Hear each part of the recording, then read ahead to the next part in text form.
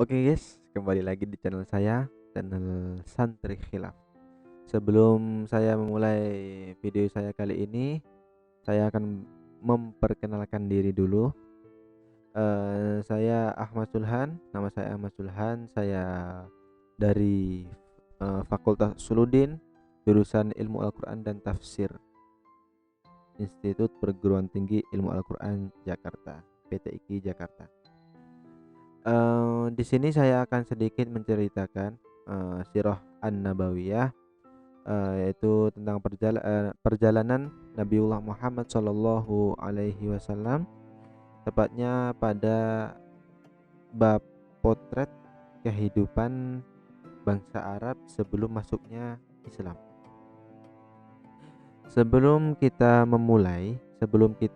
tahu potret kehidupan bangsa Arab, kita harus terlebih dahulu tahu. Nah, kita harus terlebih dahulu tahu tentang asal-usul bangsa Arab. Nah, bangsa Arab ini berasal dari ras Semit yang tinggal di Jazirah Arabia. Bangsa Arab purbakala adalah masyarakat terpencil sehingga sulit dilacak riwayat.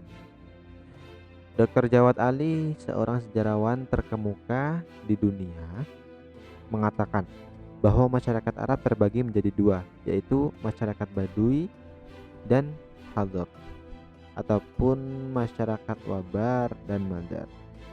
Klasifikasi ini berlaku bagi orang Arab Utara maupun Selatan, serta seluruh penjuru jazirah Arab lainnya. Oke, lanjut ke potret kehidupan.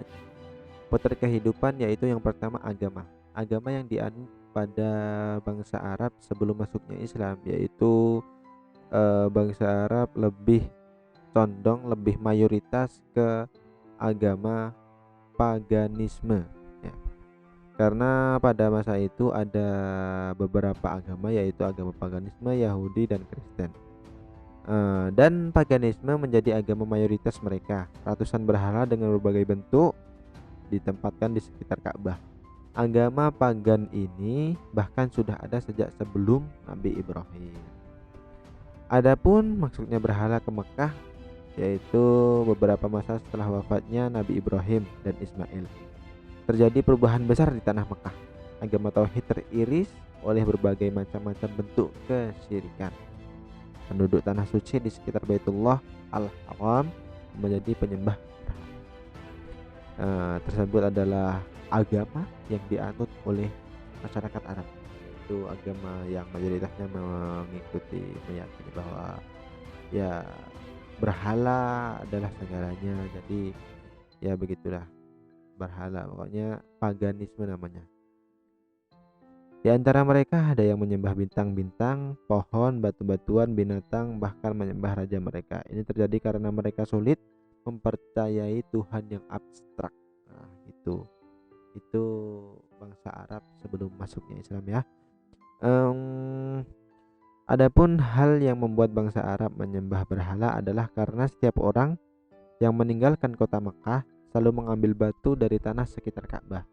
Setelah itu mereka merasa dirinya lebih terhormat, sementara Ka'bah tetap memiliki kedudukan yang tinggi. Nah, jadi alasan bangsa Arab, masyarakat Arab itu menyembah berhala itu ya gara-gara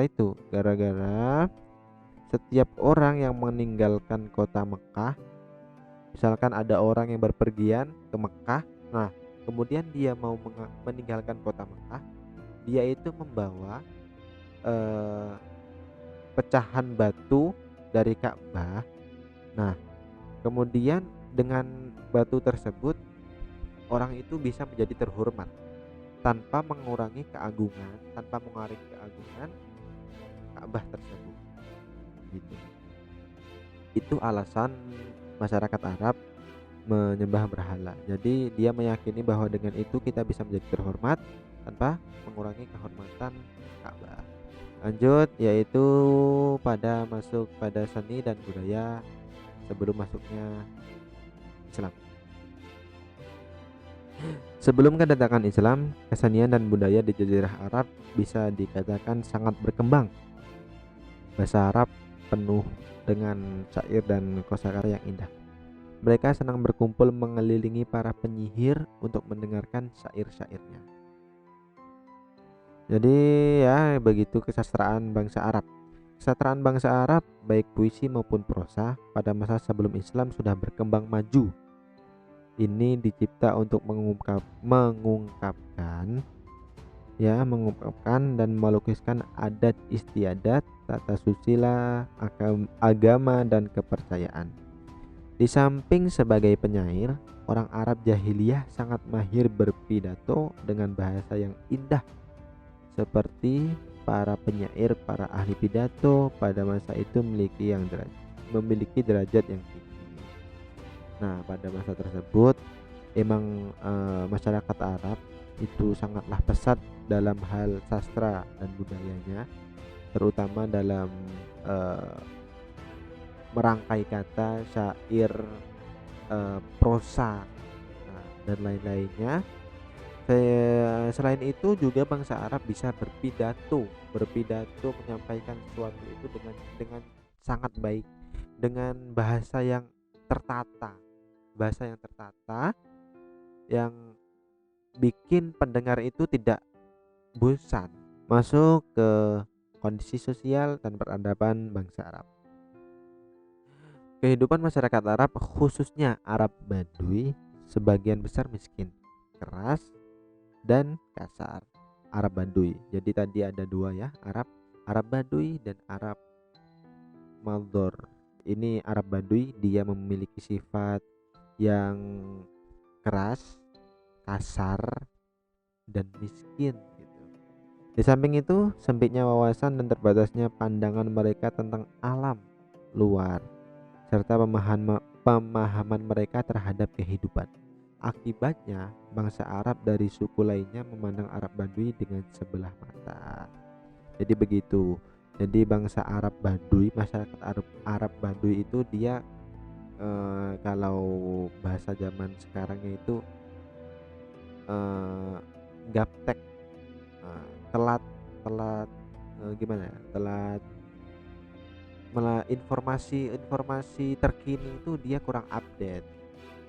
Lanjut, orang Arab Baduy adalah salah satu suku bangsa Arab yang dianggap paling keras dan bengis. Mereka terlalu sombong juga ketika berbicara menggunakan nada yang tinggi dan kasar. Sifat kasar tersebut diciptakan oleh iklim padang Sahara. Adapun karakteristik bangsa Arab, mereka terkenal pemberani dalam membela pendirian. Mereka tidak mau mengubah pendirian serta tata cara hidup yang sudah menjadi kebiasaannya. Tidak mau mengalah, namun ada sisi kebiasaan yang baik, yaitu suka menghormati dan memuliakan tamu. Jadi begitu. Jadi masyarakat Arab Baduy ini meskipun dia kasar, ketika ngomong sama orang itu memakai nada tinggi, keras, ngegas gitu kan, nyolot gitu, dia tetap memiliki sikap pemberani. Kemudian dia menghormati tamu, menghormati yang lebih tua, dan sangat memuliakan tamu. Itu adalah salah satu nilai plus dari masyarakat Arab Baduy. Jadi itulah, sebelum masuknya Islam ada beberapa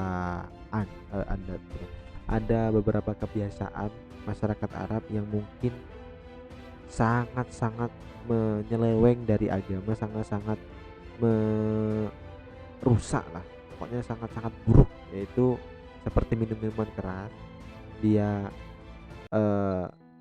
judi. Kemudian yang paling buruk, yang paling kejam pada masyarakat Arab sebelum datangnya Islam, yaitu dia rela dia tega mengubur bayi perempuan hidup-hidup. Nah, itu termasuk fenomena yang sangat buruk pada masyarakat Arab sebelum datangnya Islam. Jadi begini alasan mereka. Mereka beranggapan bahwa anak perempuan itu tidak berguna dan hanya menyusahkan orang tua. Di antara suku yang melakukan perbuatan keji dan tidak berperi kemanusiaan itu adalah suku Bani Tamim dan suku Bani Asad. Kita masuk ke aspek politik dan hukum masyarakat Arab. Pada aspek politik dan hukum, kehidupan mereka tidak ada persatuan antar beberapa suku.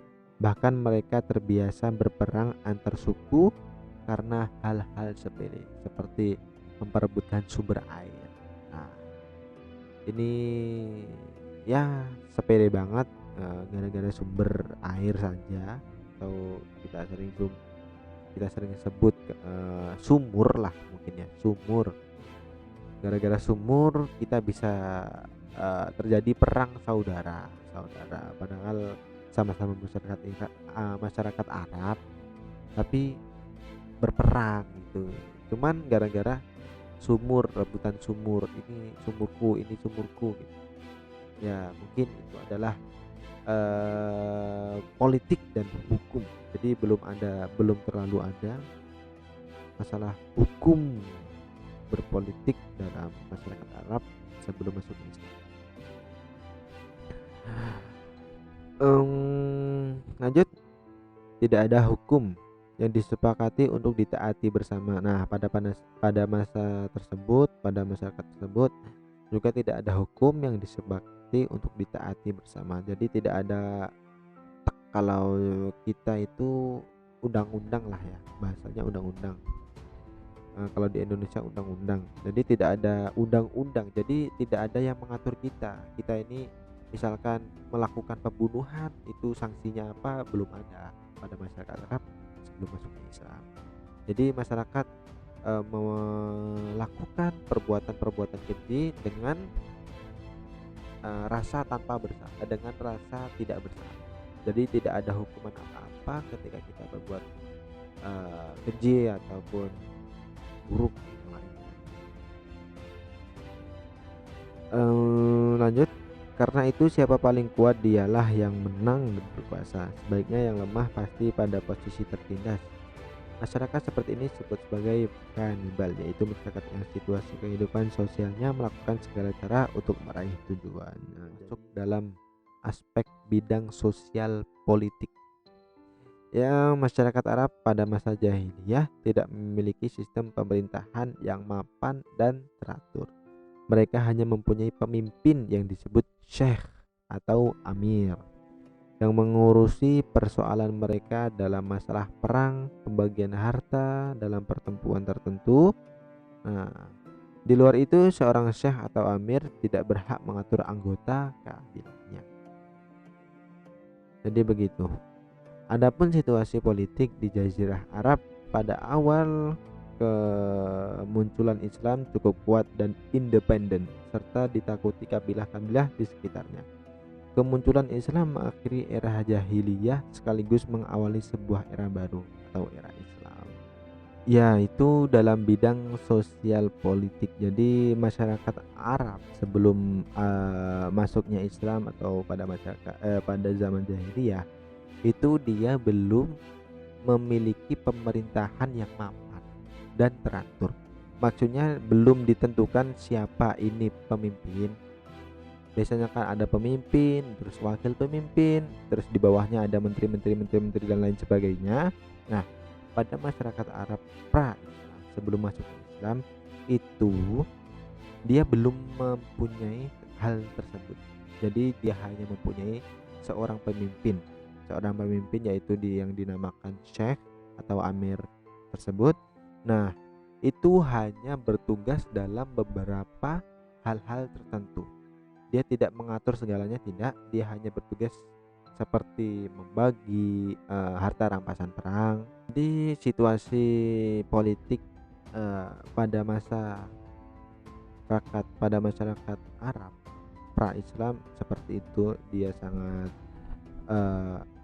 sangat buruk sekali dalam hal bidang apapun. Dia hanya menonjol pada sastra saja. Dia ya dengan syair-syairnya, puisi dan lain sebagainya. Dalam masalah politik masih kurang adanya